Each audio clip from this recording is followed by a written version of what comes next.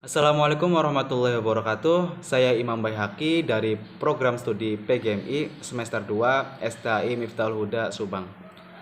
Pada video kali ini saya akan sedikit membahas tentang hukum dari program KB menurut pandangan Islam.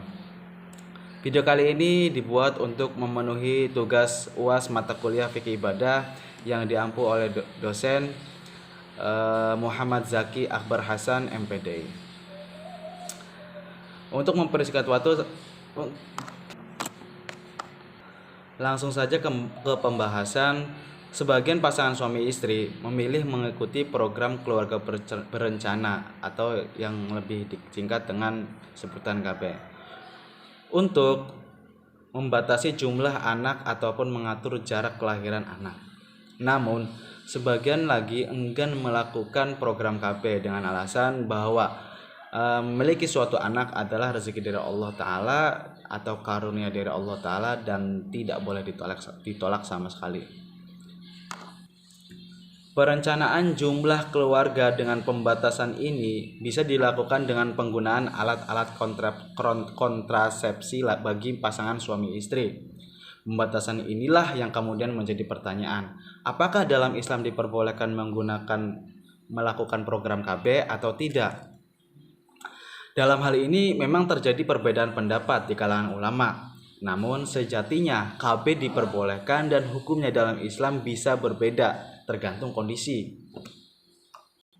Nah, hukum dari KB tersebut dapat berubah-ubah dari mulai ke mubah, ke wajib, ke sunnah, ke makruh hingga ke haram. Yang pertama, seorang muslim yang melaksanakan KB dengan motivasi yang hanya bersifat pribadi seperti untuk menjarangkan kehamilan atau melahirkan atau untuk menjaga kesehatan seorang ibu, maka hukumnya dianggap boleh. Tapi jika seorang muslim melakukan KB dengan tujuan untuk mensejahterakan keluarga, juga mempunyai motivasi yang bersifat negara, maka hukumnya boleh sunnah atau wajib.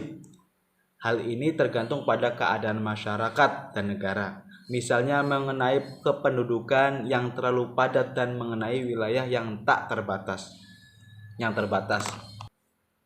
Hukum KB juga dapat menjadi makruh bagi pasangan suami istri yang tidak mengkehendaki kehamilan. Meskipun suami istri tersebut tidak ada hambatan atau kelainan untuk memiliki keturunan.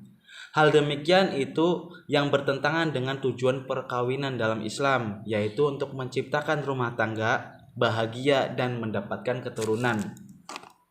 Dan yang terakhir, hukum KB bahkan juga bisa bisa dihukumi haram apabila seseorang yang melaksanakan KB dengan cara yang bertentangan dengan norma agama, misalnya dengan cara vasektomi atau sterilisasi suami dan abortus pengguguran kandungan atau yang lebih dikenal dengan aborsi. Sebuah hadis yang diriwayatkan dalam Musnad Imam Ahmad juga menjelaskan dalil tentang KB, yakni telah bercerita kepada kami Hasan, telah bercerita kepada kami Zubair dari Abu Az-Zubair dari Jabir, ada seorang yang mendatangi Nabi Muhammad SAW dan berkata, saya memiliki seorang anak perempuan. Dia adalah seorang pelayan kami dan yang memberi minuman kendaraan kami. Saya menyetubuhinya, namun saya tidak suka dia hamil. Kemudian Rasulullah SAW bersabda, lakukanlah azal, yakni dalam kurung mengeluarkan air sperma di luar kemaluan wanita. Jika kamu mau, namun bagaimanapun tetap akan terjadi apa yang telah ditakdirkan. Nah, hadis ini menerangkan bahwa boleh melakukan cara kontrasepsi berupa shotius interruptus karena tidak ada ayat yang melarangnya. Padahal ketika sahabat melakukannya, ayat Al-Quran masih selalu turun. Oleh karena itu, seandainya perbuatan tersebut dilarang oleh Allah Subhanahu wa Ta'ala, maka pasti ada ayat yang turun untuk mencegah perbuatan itu. Begitu juga halnya sikap Nabi ketika mengetahui bahwa beliau bahwa beliau pun tidak melakukannya. Azal atau coitus interruptus diperbolehkan dalam Islam. Inti dari apa yang saya terangkan tadi bahwa seorang yang melakukan KB itu dianggap boleh-boleh saja, tapi semuanya pasti ditakdirkan oleh Allah Subhanahu wa taala.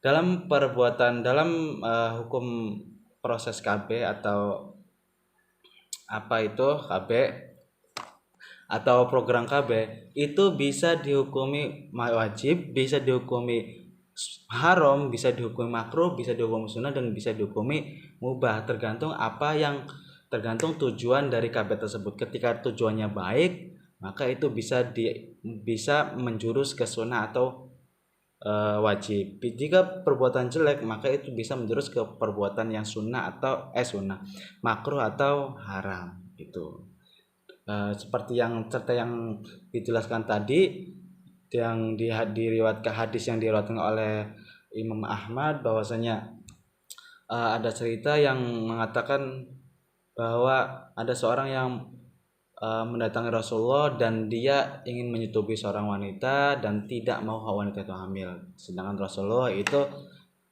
dengan sikapnya memperbolehkan, tapi dia mewanti-wanti bahwa apapun itu kamu harus rela dengan takdir Allah Subhanahu wa taala. Itu menunjukkan bahwa Rasulullah juga memperbolehkan, tapi dia tidak pernah melakukannya. Beliau tidak pernah melakukannya.